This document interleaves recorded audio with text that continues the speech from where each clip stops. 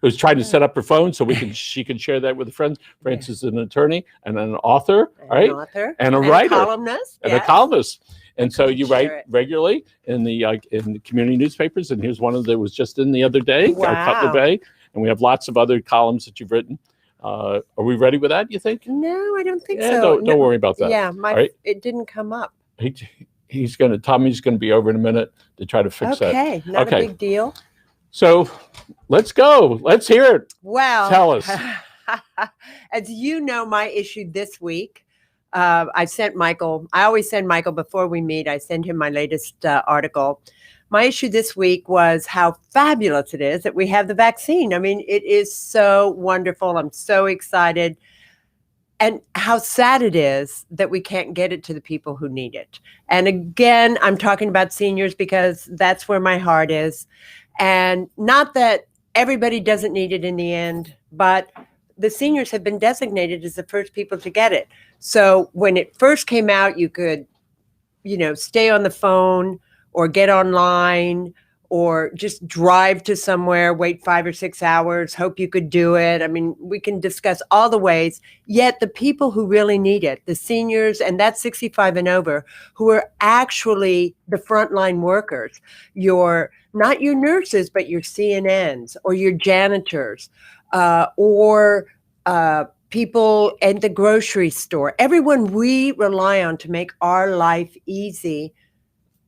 I mean, they don't all have computers. They don't all have phones, and most of them don't have cars. So, and speaking of that, so even when somebody has access to a computer, sometimes it is confusing, right? And when the systems get overwhelmed, they say check back later. Yes. And then later is later and later is later. And they're shift workers. They're on from 3 to 11, 7 to 3. It's not like they can just say, "Oh, hi, boss. Can I go, try and make 100 calls to one of the hospitals so that I break through." Then they switch it. I mean, this distribution channel is constantly being changed. So I see the governor. Oops, that's probably it with Facebook. So I'd say our governor says seniors first. Right. And so the big thing is, how do we get it to the people that need it and that have the least amount of access to it? We understand rich people, right, have no problem in accessing it. Right. Yeah. In fact, I need to make more money. But no, I mean, I think it's really easy. The same way we get mammograms to people, the same way we get vaccines to children in underserved communities. It's called the vaccine van. It's so easy. I'm like, if I'm thinking about it, and I'm going to remind everybody here, I'm a blonde. So if I'm thinking about it, surely the powers that be in the health industry, and in fact, I read yesterday that one of the corals in Broward County, they have all these cities named Coral, they're doing that. They're taking it to the van. And certainly that's one of the things that need to be done is to take it to the people. Take it to the people, absolutely. And when the county first started, Tropical Park was one of the places you could go. I know of a friend, he's 65, 66. His mother is 90. Yeah. She sat in that car for 5 hours, all right? I know several. And it's like, oh my God, how do you do that? Well, right? And they don't have toilets there. I'm just reminding everyone, they don't have toilets there. They don't even have those plastic things that you put on construction sites that are called whatever. Here, Grandma, let me open the door for you. Good luck. Yeah. Right? I mean, how wonderful that she had that 65-year-old. Yes. You know what? My clients, the reason they're my clients is because they don't have that person in their life. So one of the things that we're seeing is sometimes it's total inequity in that, and sometimes it seems to be more than fair. So I know somebody else. He's 67. Mm-hmm. He brought his mother, who had an appointment, who's 80 plus, mm-hmm. right, whatever. He's sitting there with the mother at the injection site in a healthcare facility. They are giving his mother the injection, and he says, "Can I get mine?" And the nurse says, "Yes. How old are you?" Blah blah blah. Okay. So she gets admonished by the boss who overhears it, comes back and admonishes her and tells him, "No, you must have an appointment." Oh, and it's like, I was stunned when I heard that. No. So just get rid of the guy. I mean, please just And What so do the Brits say? yes, Grab a jab. and so part of this is when we look at it, say yes, everybody needs an appointment, but let's be as a practical item. You have a caregiver who meets the age group and who has conditions, right? Right. But just by virtue that he was of that age and with his mother taking care of her, Taking care of his mother. I mean, what? he had to go back. He had to make an appointment, go back 2 or 3 weeks later. Oh, wow. Right? That's how crazy this is. It right? is. And then I know somebody else who was at one of the facilities with his mother. They said, "How many injections in this car?" The guy goes, "Right here." And he happened to, and I think he was in that age group, but he didn't need the appointment. That's, as a practical matter, that's what it needs to be in order to get these injections, to the people that need it. Yeah, you just have to be practical. In Texas, Fort Worth is the area I'm talking about. They have a lot of Mexican population, and they're a little nervous about the vaccine. So my cousins were going to. He's already had COVID, and she's just waiting her turn for the vaccine. Their across the street neighbors went to one of those places in Mesquite, Texas, which is a very underserved kind of community, and nobody came. So they called my cousins, and my cousins showed up and said, "Yeah, we'll take it, because once a vaccine is out there, you can't put it back." In other words, it comes out of whichever refrigeration process it's been in, and you have to put it in once it's been out in the air. Yep. So I mean, to me, that was so practical. I mean, if someone had called me, I might have phoned from Miami. There's a lot of that tourism that's going on. As a practical matter, the county is really reaching out to people that are underserved, underprivileged, and that are struggling, and they're doing a lot of good work. They are. All right. And then, so there's this other matter, which is we only want to give it to people that are Florida residents. So the issue came up: what about the migrants that are in Homestead, in the Redland, picking the fruit and vegetables that we're eating? How do we deal with that? Right? Yeah. See, right. I'm nervous. I mean, if we're all so scared of this virus and that we're going to die from it, if we just leave it to our residents, there are a lot of people here who aren't, so they're going to get COVID, and I mean, it's going to take us through July or August to get everybody into this herd immunity thing. Yes. But in the meantime, I think you're opening yourself up. So I look at it, we know that in the next 6 months, whoever wants it, I think is going to be able to get it or have had it. But we still need to be able to speak up for some of those people that can't. And I got my compliments to the county is making sure that the people that don't have a voice get one. All right. And I know how are they doing that, Michael? They're speaking to local representatives, say, you have to help us. Now, there is a van that I know that down south, they go to different places and they tell people this is where we're going. And it's to try to serve the people that are in that immediate neighborhood. I know somebody went down to Gould's, and at some point they're going to be able to get way into the neighborhoods. And I think that's coming up. The vaccine hesitancy, which is pretty big, right? I know with a lot of some of the police were surveyed, as well as the firemen. A huge percentage of those people don't want it, right? Yeah. And it's like, for whatever their multiple reasons are, that's great. But for the average guy, all right? I know. That I went and got it, all right, because I don't want to have to deal with getting sick. And I have a lot of friends that were sick. And one of my friends wrote about the disease, COVID, the disease of loneliness, where he talked about he wasn't sick enough to go into the hospital. And he said, if I did, I wouldn't have been able to see my family. And he says, and I'm at home, I'm wondering if my providers are going to get it. So no one told me how long I was going to last, what my symptoms were going to be, and if I'm going to get better, or how better am I going to get. Right. So again, lots of people are getting it, and I'm happy, that I was able to do that. And there's a process that people, when they get. Did you get an injection yet? No, right. I'm still testing every week. All right. So, and there's a process that people go through. I think when you get the first injection, and then when you get the second one, which is, gee, I think I'm going to make it to the other side. I'm going to be alive. I might, not going to get sick. And I that's when a lot of people have the trauma gets released. And so we see the counties doing a big push for mental health care in 3 different languages, recognizing that post-traumatic stress is going to be popping up a lot. It is. No, and these people who've been so lonely, of course, the seniors, they went, 4 months? 4 months without seeing anybody else but their workers, unless you could FaceTime with them. 4 months. And then people who, grandchildren looking through a window like this at their grandparent, or even if that had been mom and dad, I would have been really upset. I might have been traumatized because they were so important to me at Do you that remember age. there was some kids that they called them with a bubble around them? Remember that? It was like how terrible it would Bubble be. boy. Yeah, Yeah, to live like yeah. that. Well, we sort of have, right? Yeah. In that sense we of, have. and they would call it whatever in the bubble you're in or whatever it happens to be. So let's talk about the young children that are in school. Sometimes they're not in school. So what sort of effect? Because you deal with seniors and their children as well. Here's what I don't understand. Why is it University of Florida, FIU, FAU, University of Miami? University of Miami, I'm taking out of this because they're a private school.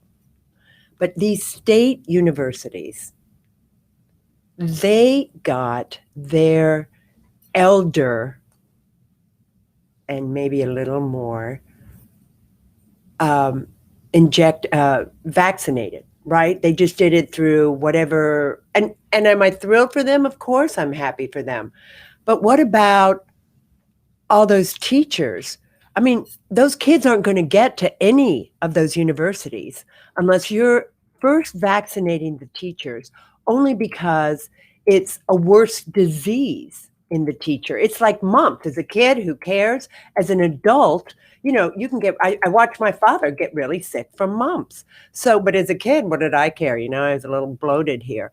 And then so that we can bring those kids back to school. Now the school system is saying, well, if you want to let your kid take the year over again, they're not even thinking about the social stigma of repeating a year. Hello, these are children. It's true they don't vote, but we have to look after them. And first of all, we haven't done a good job of that while they were online, because so many of those kids didn't even have a computer or an iPad or know how to use it, or a family that supported them in that, because they had to go out and work to get food on the table. Those events of the kids not being socialized and getting educated. Right. This is not going away next year. No, it's not going away next year. Well, it's the same thing with the seniors. This isn't going to go away next year either. You instill fear. Fear doesn't leave just because the threat is gone. Like, for instance, more people die on the highways every year than die from airplane travel. But how many more people fear airplane travel? A lot. Exactly. That's exactly what I'm saying. In other words, if the fear, and look at me, I've jumped out of airplanes, right? Well, guess what? Even fewer people die from jumping out of airplanes. But the fear is there.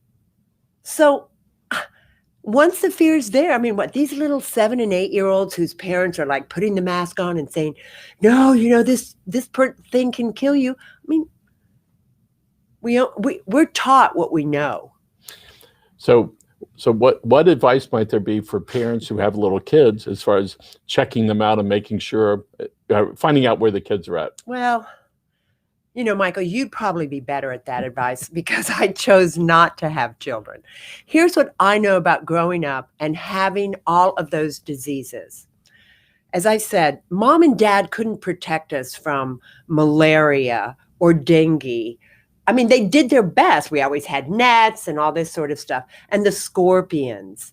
And what were you doing around all of those? Well, scorpions were in Libya, Benghazi. That whole area is. Why don't you tell folks where you lived? Well, I started out in Brazil, And we then went to Libya, and then we went to Singapore, and then we went to the Philippines, and then we went to Colombia, then we went to Argentina, and then we were thrown out of Argentina because Dad was with a private company. They nationalized. We went back to Singapore, where I graduated from college.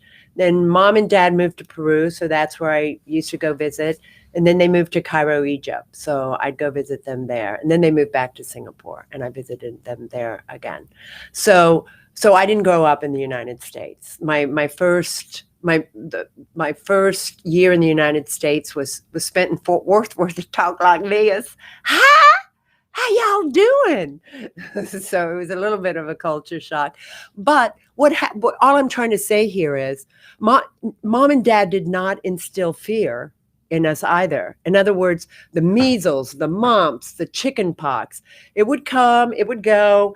And once one kid got it in school, everybody understood everybody else was going to get it. You just had to deal with it. It wasn't like you're going to die from this, even though, of course, you could die from it.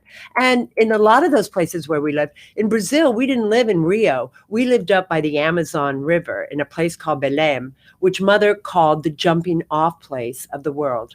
Imagine being a Pan Am flight attendant and then moving to Belém, Brazil, where, I will say she had a cook. We had a nanny for the first 10 years of my life, but I have such respect for her.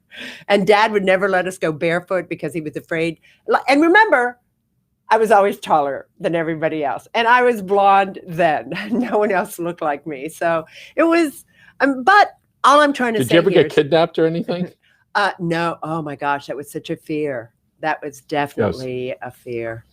Well, Mom didn't, that was another story. But nevertheless, all I'm saying is Mom and Dad never instilled fear in us. They instilled, we don't want you to leave this enclave because we were very nervous about you. But when they realized how tall I was, here's a good thing about being tall.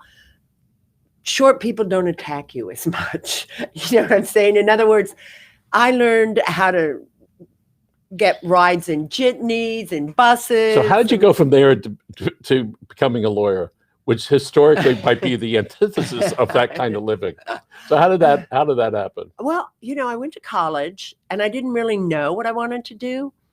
And I didn't really know the United States. So, but I remember graduating from TCU.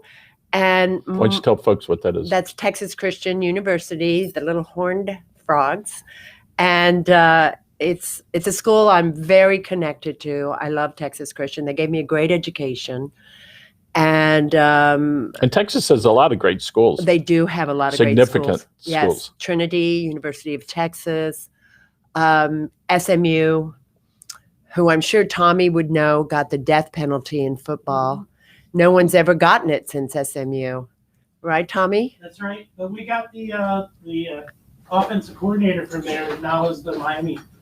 Oh, is that really? Our offensive coordinator. Yeah, how about that? So, I mean, I saw my first football game at Texas Christian. I mean, what a ridiculous game. Two people going, boom! And the ball's right where it started.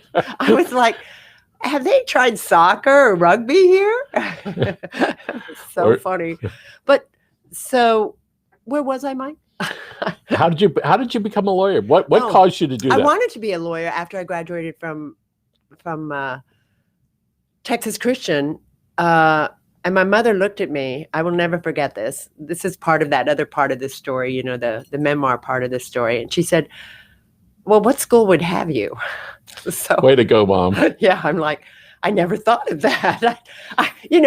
Frances Reaves, of course you want me. So you said, okay, you go to law school. Why? What caused you to do that? I had several jobs and I was not in charge of my life. And there came a point where I said, either I'm going to have to get a law degree. I was dating a lawyer, a wonderful man named Brian McSherry. So as a consequence, I was hanging out with lawyers and doctors and almost felt like I hadn't done enough. All I'd had was a BA. And I talked about law school quite a bit with Brian. And I remember this moment. We were laying in his bed in New Orleans, and he told me, he said, Frances, you're smarter than most lawyers I know. I think if you want to go to law school, you go to law school. So and that was it. So you hung out with some folks, mhm. and you wanted a seat at the table. You wanted to be wanted a seat. recognized. You wanted to be at least equal. Exactly. And like a manicurist, I wanted a license that I could hang out and make a living with. So let's look at some motivation. So you're at a table, felt a little bit inadequate. Could that have? Exactly. All right. And so it's okay to feel that. Michael's getting to know me very well here. So Susan. so it's okay for that to happen because it caused the next step. It did cause the next step. Which was, I want a seat here. All right. Exactly. And the way I'm going to get it is by having something similar, whatever that happened to be. So you're Right. hanging out with lawyers and doctors. All right. Right. And then you became one of them. Right. So how did you get into parentyourparents.com? I mean, how did that happen? You went from jumping out of planes and walking around with shoes or no shoes. Well, I didn't jump out of planes until after law school. Once I put You wanted to have that license first. Yeah. Once I put myself through law school, what happens is then I started like you. I started running marathons and races and understanding that there really wasn't a whole lot I couldn't do. You know, all you have to do is put your mind to it. It's not a big issue. I mean, if you have the physicality to do it, which not everybody does, but I was lucky enough to have the physicality to do it. And then what happened is, you know, I was a lawyer. Then I moved to Baltimore and I got into politics. I became a huge fundraiser in Baltimore and in Maryland, a fairly big player, did some lobbying there. I did not like lobbying. And but you were representing clients. I was representing clients. As you do as a lawyer. Yeah, exactly. And then I became part of the bureaucracy. That's why I know state bureaucracy so well. I was the Assistant Secretary of Economic Development and sort of, you know. What state? Maryland. And then when the governor, Martin O'Malley, with whom I burned a bridge. When the governor fired me, unlike most people, I was pretty lucky. I could come down here and sort of lick my wounds because we had a place down here. So I looked out and Parent Your Parents came about on, again, I remember this story really well too. And I'm going to tell it next week when I'm on the air. But it came about because of how my parents are being treated by everybody around them. And I realized nobody cares about seniors. And then what really happened was their long-term care insurance company mistreated them. And it took a lot. But because I was a lawyer, I knew what to do to show it. And then what I did, LinkedIn had just sort of started. I went on to LinkedIn Premium and got onto the companies, all the people in LinkedIn, and sent them the letter that I had put together. And within 24 hours, I had a phone call. And within a week, they'd offered me $15,000 for what they'd done to mom and dad. And here's what they said to me. This never happens. Yeah, they were absolutely right. They never get caught. They certainly don't. And at that moment, Parent Your Parents was born. I'm like, you know, if mom and dad hadn't had a lawyer, what would have happened to them? You know, if you're well off, you have a little bit of gravitas. But if you're middle class or just an ordinary person, I mean, my father was a farm boy from Texas. You know, he trusted his doctors. So lots of times it's not just that they have a younger child that can help them, because the child has to be an advocate, not just in frustration, but in getting through that system to get to the other side. It's right? True. Almost all my clients have, if they have family, they're not close to them. And several do have family, but it's also, you're just left. All of a sudden, everybody's died.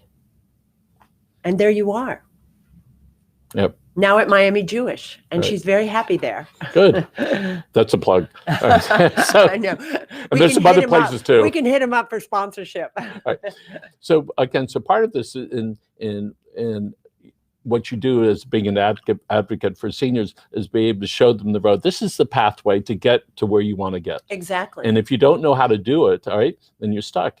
And sometimes people will try to do their own construction work at the house, and then they come across some electricity. Well, I thought I could do it. No. You have to do this, and you have to do this, and you have to do this. Michael, that's a great analogy. That is Go ahead. absolutely the case.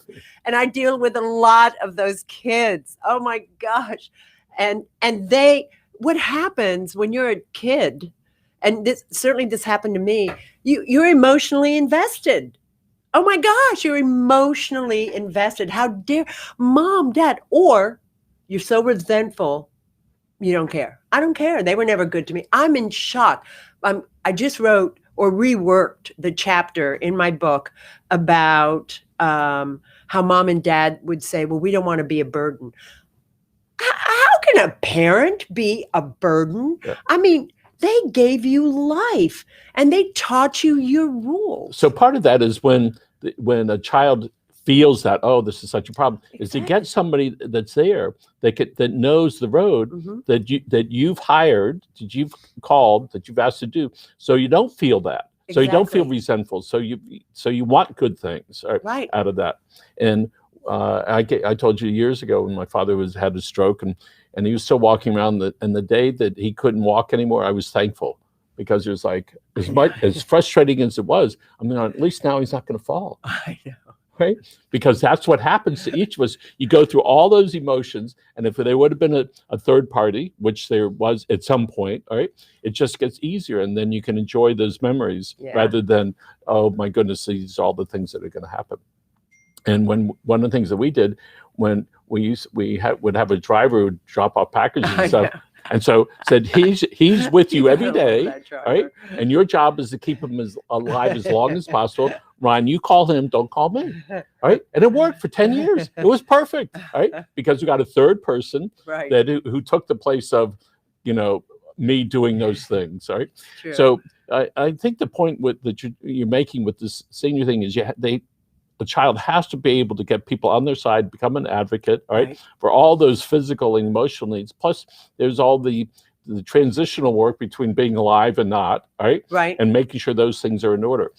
And your book, when is that going to be published? 2-minute warning. Well, I'm looking for all you publishers out there. Hey, agents. So 2-minute warning, just like in football. Right. And time management time. Yes. And we know in basketball, Tommy and I've spoken about this. Give both teams 100 points, all right? And you got 2 minutes left. Let's go for it. Exactly. So, and there's so many less injuries. We should propose that to the NBA. We'll show them how to do it. Yeah, right. And what about baseball? Because I know that 13 days, right, Tommy, till spring. 13 days till pitchers and catchers report. Yeah. So what can we do there time-wise? I know it's always the 9th inning, and I'm always asleep by then. Tommy can't be. So I urge you guys to go to the Miami Marlins if we ever get back to that. The few times that I went, it was wonderful. You could sit there with nobody around you, and you could play with your phone and occasionally look up. And they got great food. Somebody hosted us, and we sat some fancy. We got to go into the really expensive part of the restaurant. It was this buffet of some of the great food. Oh, yeah. It was a lot of fun, right? To do that. So, Frances, did I ever tell you that I dated Fear Strikes Out? What was his name? Joe. He wrote Fear Strikes Out. He was a professional baseball player. And when I met him, I had just graduated from college at Texas Christian. So he was the PR guy for the Rangers. Don't look at me. Tommy might know, or look it up real fast. Who are the Rangers? And then Tommy? Yeah, the Texas Rangers. Right. And so I got to meet, but it was so much fun because I got to go to the room with all that food, and I had no idea. This happened in baseball. They were holding that back from us all those years. That's what happens when you pay $1 zillion to get you. So I went to one of these games, and I sat in these really cool seats, really close to the owner was. So I called up a friend that I knew that in case you I took a picture. He says, "What are you doing in my seats?" All right. And I said, all these years, you never invited me. I said, so now I know this was your seat. So you have the 2-minute warning coming up. You have your column and your website, parentyourparents.com. Your local lawyer, specializing in senior care. Elder care issues. Elder care, Yeah. I right? work with a lot of lawyers who don't know what to do once, oh, okay. They're getting sick. Okay. They're, We're going to wrap it up here, but we know there's and I'm on. And also I'm here next Thursday. Yes, you are. And next Thursday, it's just going to be Tommy and me. Okay. I'm going to talk a lot about how all this got started and what's happening for, just a few minutes. And then the following week, I'll bring someone on. Terrific. So I know there's somebody out there that maybe they're sitting at a table, all right, I hope so. and not feeling good about themselves because they want to have a seat out there. They want to feel better. So, and they're looking at you right now, Frances. So talk to them right over there. You got 30 seconds. Well, hey, give us a call, 786-418-3303 or parentyourparents.com. And with the last of this, I really want to praise also Michael Miller, because when he sees an issue, not just mine, this is not just my issue. Michael has all sorts of people on this show that discuss things they're passionate about. And there are so many things to be passionate about. Mine is seniors, there's children, there's education, there's people coming out of prison, and everyone is just as worthwhile as mine. Okay. So thank you, Michael. Thank you. And our plug today is if you're having some social emotional issues, you can dial 211. All right. They can direct you. That's free for the county facility. It's anonymous. They can help direct you. Please, if you're having a challenge in your life, speak to somebody. All right. They can help you. And again, this is Live with Miami's Community News. And our guest today, again, is Frances Reaves, a lawyer, author, writer, and Parent Your Parents, and the 2-minute warning coming up. And Tommy, thanks for your input today. Folks, Thank you, again, Tommy. thanks for joining.